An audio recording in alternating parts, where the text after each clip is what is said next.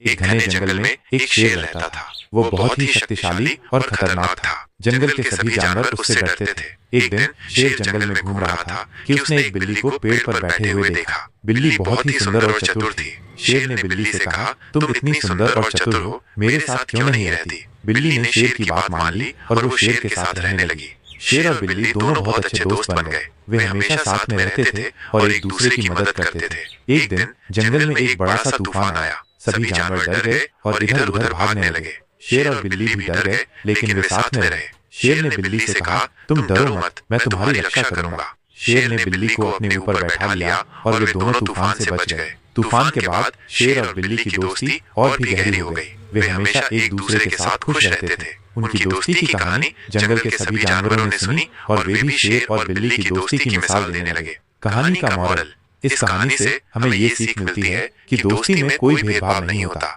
दोस्त छोटा हो या बड़ा, शक्तिशाली हो या कमजोर, हमेशा एक दूसरे की मदद करनी चाहिए। बहुत समय पहले एक गांव में दो मित्र रहते थे। एक का नाम राम था और दूसरे का नाम श्याम। दोनों में गहरी दोस्ती थी। वे हमेशा साथ खेलते, काम करते और एक दूसरे की मदद करते थे। एक दिन राम और श्याम जंगल में घूमने गए। वे घने पेड़ों और रंग बिरंगे फूलों को देखकर बहुत खुश हुए। अचानक उन्होंने एक शेर को अपनी ओर आते हुए देखा। दोनों डर गए। राम एक पेड़ पर चढ़ गया, लेकिन श्याम पेड़ पर चढ़ना नहीं जानता था। शेर श्याम के पास आ गया। श्याम डर के मारे कांपने लगा। राम ने देखा कि उसका दोस्त खतरे में है। उसने एक योजना बनाई। उसने पेड़ से एक डाली तोड़ी और शेर का ध्यान भटकाने के लिए उसे हिलाने लगा। शेर राम की ओर देखने लगा। श्याम को भागने का मौका मिल गया। वह तेजी से गांव की ओर भागा। राम भी पेड़ से उतरकर भाग गया। दोनों सुरक्षित घर पहुंच गए। उस दिन राम और श्याम ने जाना कि सच्ची दोस्ती क्या होती है। उन्होंने एक दूसरे की जान बचाई और हमेशा साथ रहने का वादा किया। ये कहानी हमें सिखाती है कि सच्चे दोस्त हमेशा एक दूसरे की मदद करते हैं, चाहे कितनी भी मुश्किल क्यों न हो। दो दोस्त थे,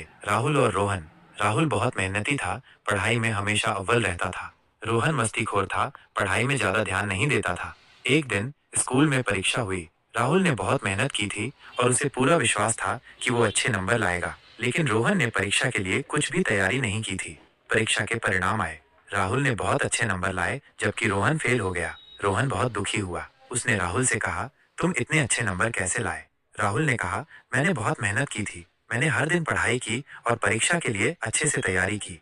रोहन ने कहा, मैंने भी मेहनत की थी, लेकिन मैं परीक्षा में फेल हो गया।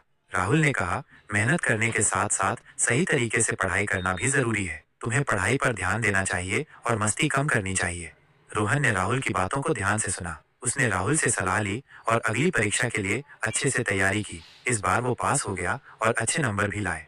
इस कहानी से हमें सीख मिलती है कि मेहनत के साथ साथ सही दिशा में प्रयास करना भी बहुत जरूरी है। लापरवाही से काम नहीं। एक गांव में एक आदमी रहता था। उसके एक बेटा था। बेटा बहुत शरारती था। वो हमेशा घर से भाग जाता था और खेलता रहता था। एक दिन बेटा घर से भाग गया और जंगल में चला गया। वो जंगल में खो गया और डर गया। वो रोने लगा। तभी एक साधु वहां से गुजर रहा था। साधु ने बच्चे को रोते हुए देखा और उसके पास गया। साधु ने बच्चे को शांत किया और उससे पूछा कि वो क्यों रो रहा है। बच्चे ने साधु को बताया कि वो जंगल में खो गया है। साधु ने बच्चे को अपने साथ ले गया और उसे गांव तक पहुंचाया। बच्चे का पिता बहुत खुश हुआ जब उसने अपने बेटे को देखा। उसने साधु को धन्यवाद दिया और उसे अपने घर पर आने के लिए कहा। साधु ने कहा कि वो अगले दिन आएगा। अगले दिन साधु बच्चे के घर आया। उसने बच्चे के पिता को एक जादुई किताब दी। उसने कहा कि यह किताब किसी भी समस्या का समाधान बता सकती है। बच्चे का पिता बहुत खुश हुआ और किताब को संभाल कर रखा। कुछ दिनों बाद बच्चे के पिता को एक बड़ी समस्या का सामना करना पड़ा। उसने जादुई किताब को खोला